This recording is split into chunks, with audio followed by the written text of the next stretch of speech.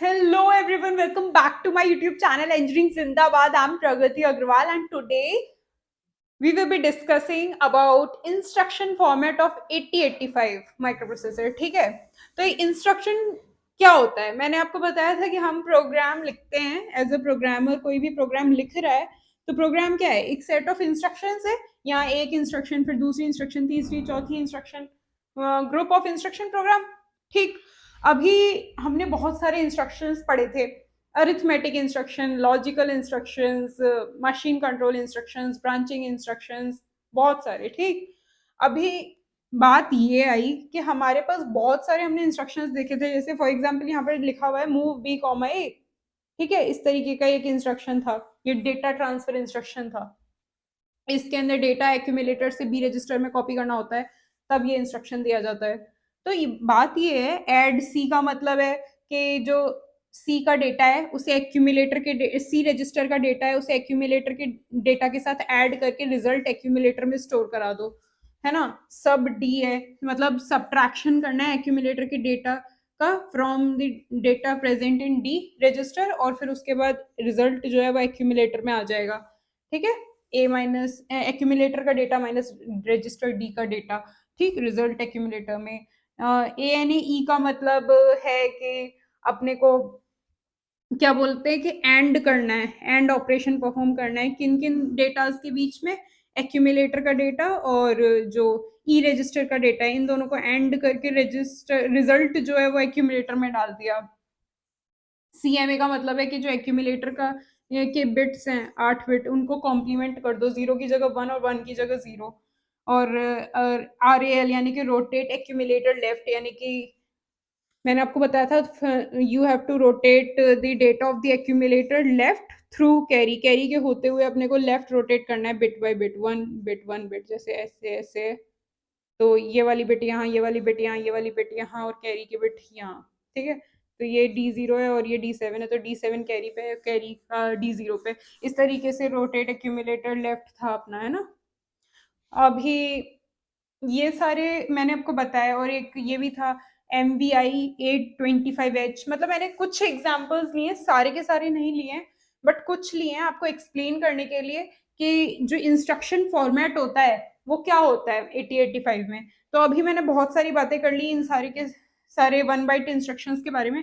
अभी क्या होते हैं 1 बाइट, 2 बाइट, 3 बाइट इंस्ट्रक्शंस? आपको वैसे तो इतने सारे वीडियोस में पकड़ आ गई होगी बात, जब मैंने पहले इंस्ट्रक्शंस ही उठाए थे तभी आपको समझ आ गया होगा कि बाइट्स कैसे कैलकुलेट करते हैं। फिर भी अगर आपको नहीं आया तो मैं यहाँ पर आपको चीजें क्लियर हो जाएंगी।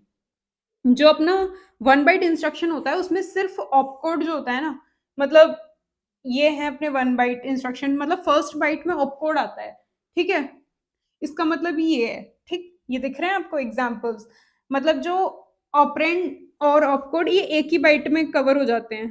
ठीक, यहीं पर आपका ऑपरेशनल कोड, जो डेटा जो परफॉर्म करना है टास्क, मतलब एडिशन करना है कि सब्ट्रैक्शन करना है कि डेटा ट्रांसफर करना है, वो तो बताता है अपना ऑपरेशनल कोड यानी कि ऑपकोड। और जिस पे परफॉर्म करना है वो बताता है अपना ऑपरेंड। तो यहाँ पे भी लिख सकते हैं हम कि ऑपरेंड भी इसी बाइट के अंदर इंक्लूडेड होता है। मैंने आपको बोला था कि बहुत वीडियोस में मैं आपको बोलती आ रही थी कि हेक्स कोड आपको दिया रहेगा, आपको हेक्स कोड एंटर करना होता है माइक्रो प्रोसेसर में। तो वो हेक्स कोड क्या होता है? वो ये होता है। अब आपको कोई कंफ्यूजन नहीं होगा, यहाँ आपको चीजें क्लियर होनी है कि भाई मूव बी कॉमा ए का डेटा बी में डाल दो।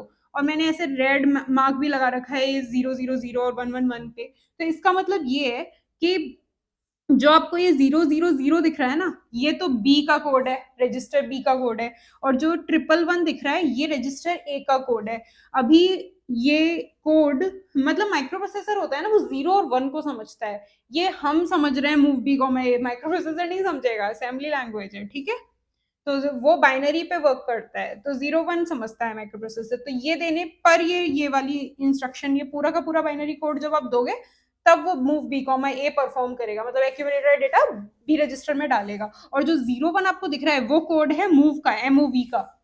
ये आपको मतलब जो ये बी और ए और सी के जो दिख रहा है, देखो यहाँ पे मैंने ये 3 मार्क करे हैं 001, ये तीनों की तीनों जो है ये सी रजिस्टर को रिप्रेजेंट कर रही है। 010 ये तीनों डी रजिस्टर को रिप्रेजेंट कर रहे हैं। 011 ये ई को रिप्रेजेंट कर रहे हैं। ठीक है, तो ये मैं आपको एक नेक्स्ट वीडियो आएगा ऑपकोड फॉर्मेट, ऑपकोड फॉर्मेट में मैं आपको बताऊंगी कि जो B C D E H L memory और एक्यूमुलेटर, ये जो मेमोरी का मतलब एच एल है ना, इन सब का जो कोड होते हैं वो क्या क्या होते हैं और किस बेसिस पे फिर हम ऑप कोड को निकालते हैं किसी भी इंस्ट्रक्शन में से। अगर हमें किसी भी इंस्ट्रक्शन की ऑप कोड डिटरमाइन करनी है तो वो हम कैसे करते हैं, ये मैं नेक्स्ट वीडियो में बात करूंगी। अभी हम ये बात कर रहे थे कि ये बाइनरी कोड है, और इस बाइनरी कोड में ये जो पार्ट है ना ये दिख रहे हैं, ये रजिस्टर्स को रिप्रेजेंट कर रहे हैं, ये वाले तीन तीन वाले कोड, ठीक है। ये सी को कर रहा है, मैंने बता दिया आपको। अभी इसका मतलब क्लियर हो गया कि 1 बाइट इंस्ट्रक्शन मतलब जो इस इंस्ट्रक्शन के अंदर आपको कोई भी डेटा या एड्रेस नहीं दिख रहा होगा 8 बाइट्स का, वो सॉरी 8 बिट्स का। जैसे कि इसमें 25H दिख रहा है 2 बाइट इंस्ट्रक्शन में, यहाँ पे 3 बाइट इंस्ट्रक्शन में 2050 दिख रहा है ना, ये 16 बिट का, पर यहाँ कुछ नहीं दिख रहा। तो ये पूरा का पूरा है इसका हेक्स कोड 47H है। कैसे? अब बाइनरी कोड को आप हेक्साडेसिमल में मतलब हेक्स कोड के फॉर्म में लिखो, तो मैंने आपको बताया था कि 4 4 का पेयर बनाते हैं अपन, तो 0100 को 8421 के हिसाब से देखो, तो 8421, तो 4 बिट की पोजीशन पे 1 लगा हुआ है, तो 4 यहाँ पे आ गया। और अब 4 का पेयर फिर से बनाओ, 8421, 4 + 2 + 1 = 7, तो 7 आ गया, ठीक है। सिमिलरली हेयर 8421, तो 8 की पोजीशन पे 1 लगा हुआ है तो 8, 8421, 1 की पोजीशन पे 1 है तो 1, ठीक है।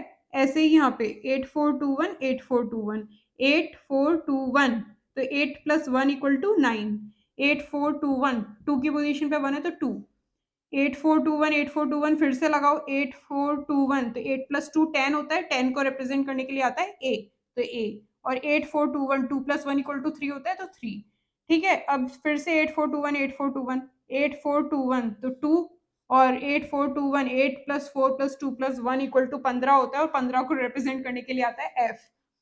फिर से 8421 8421 का पेयर देखो, 8421 1 आ गया, 1 की पोजीशन पे बिट 1 हो रही है तो 1 आ गया, 8421, 4 + 2 + 1 = 7, तो 7।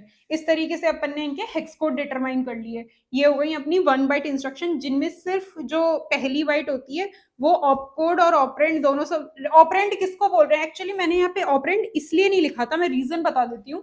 क्योंकि ऑपरेंड क्या होता है? ऑपरेंड होता है जो वो डेटा जिसके ऊपर ऑपरेशन परफॉर्म होनी होती है। तो यहाँ तो अपन ने जो मेंशन किए हैं बेसिकली रजिस्टर्स हैं, ठीक है। आप इसे ऑपरेंड बोल सकते हो, क्यों? क्योंकि हम ये क्या, रजिस्टर्स के अंदर वो ऑपरेंड्स प्रेजेंट हैं जिनके ऊपर कैलकुलेशन परफॉर्म होनी है ना।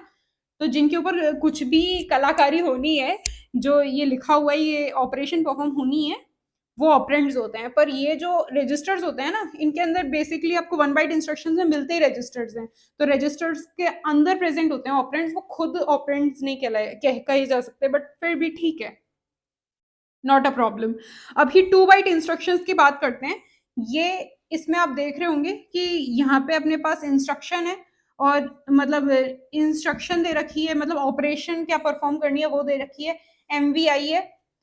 और एमवीआई का मतलब होता है कि जो इमीडिएट डेटा दे रखा है उसको एक्यूमुलेटर में, और एमवीआई ए लिख रखा है क्योंकि, तो इसका मतलब है कि एक्यूमुलेटर में जो इमीडिएट डेटा दे रखा है इंस्ट्रक्शन में उसे मूव कर दो, ठीक है। तो इसका भी बाइनरी कोड किस तरीके से, आप फिर से 8421 के 4 कॉम्बिनेशन करके देख लो, आपको पता चल जाएगा। वेट अ मिनट, ये मैंने क्या लिख रखा है? ओ ओके ओके, हाँ, इस चीज में मैं आपको क्लियर कर देती हूँ, ये 2 बाइट इंस्ट्रक्शन है, 1 बाइट नहीं है। 2 बाइट का मतलब 16 बिट का, 16 बिट का मतलब 8 बिट है ना। तो 8 बिट का तो ये ऊपर लगा रखा है हमने, ये तो एमवीआई ए को रिप्रेजेंट कर रहा है, ठीक है। और ये जो नीचे 8 बिट दे रखे हैं ये 25H को रिप्रेजेंट कर रहा है। तो फिर से अगर आप लास्ट में देखोगे कि ए एमवीआई ए है, उसमें से जो ए है ना उसको ये 110 रिप्रेजेंट कर रहा है, ठीक है। तो जिस तरीके से यहाँ पे वो तीन तीन जो लास्ट की 3 बाइनरी डिजिट्स एक कोड रिप्रेजेंट कर रही है इस रजिस्टर का, वैसे ही यहाँ भी है केस, ठीक है। तो 110 जो था वो रिप्रेजेंट कर रहा था अपने ए को। जस्ट अ मिनट, हाँ।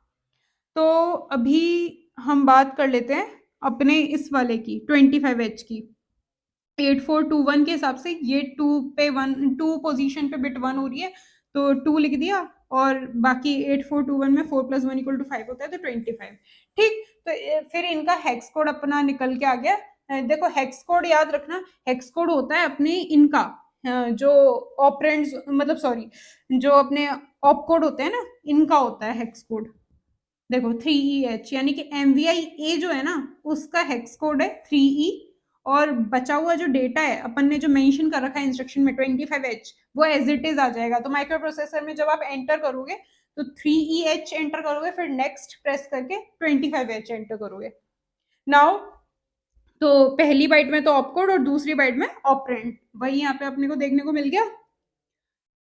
Now let's move to the next instruction, जो कि है 3 बाइट, मतलब नेक्स्ट टाइप ऑफ इंस्ट्रक्शंस जो कि हैं 3 बाइट इंस्ट्रक्शंस। इसमें क्या होता है कि पहली बाइट तो होती है ऑप कोड, और दूसरी और तीसरी बाइट मिला के फॉर्म करती हैं ऑपरेंड को, जो कि 16 बिट का होता है, जो जनरली एड्रेस होता है, जनरली, नॉट एवरी टाइम। तो अपने पास जैसे कभी कभी ये भी होता है कि जो कंटेंट होता है उसको अपने को डायरेक्टली लोड करना होता है रजिस्टर पे से, तो वो भी केस हो सकता है। ठीक है, तो अभी हम 3 बाइट की इंस्ट्रक्शन की बात कर रहे हैं, तो इसमें आपको ऐसे 3, ठीक है, 3 कोड दिख रहे हैं बड़े बड़े 8-8 बिट के। अभी ये कैसे पॉसिबल हो रहा है मैं बताती हूँ। जंप 2050 इंस्ट्रक्शन है अपने पास, 2050 16 बिट की है, इसका मतलब ये है कि 20 और 50। ठीक है, तो जो जो 50 है ना, वो क्या है, लोअर ऑर्डर है ना। ये 2050 था, याद रखना, ये मेरे मार्कर से मिट गया है, 2050 था।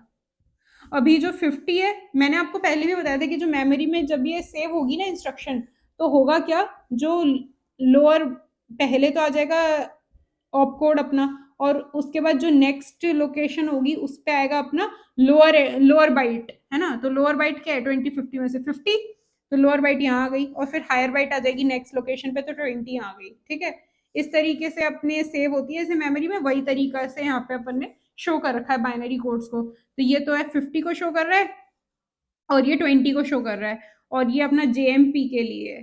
ठीक, तो JMP के लिए ये दे रखा है अपन को बाइनरी कोड। ये अब इसके रट्टे कौन ही लगा सकता है, बट ठीक है भैया, एग्जाम के लिए तो करना पड़ेगा।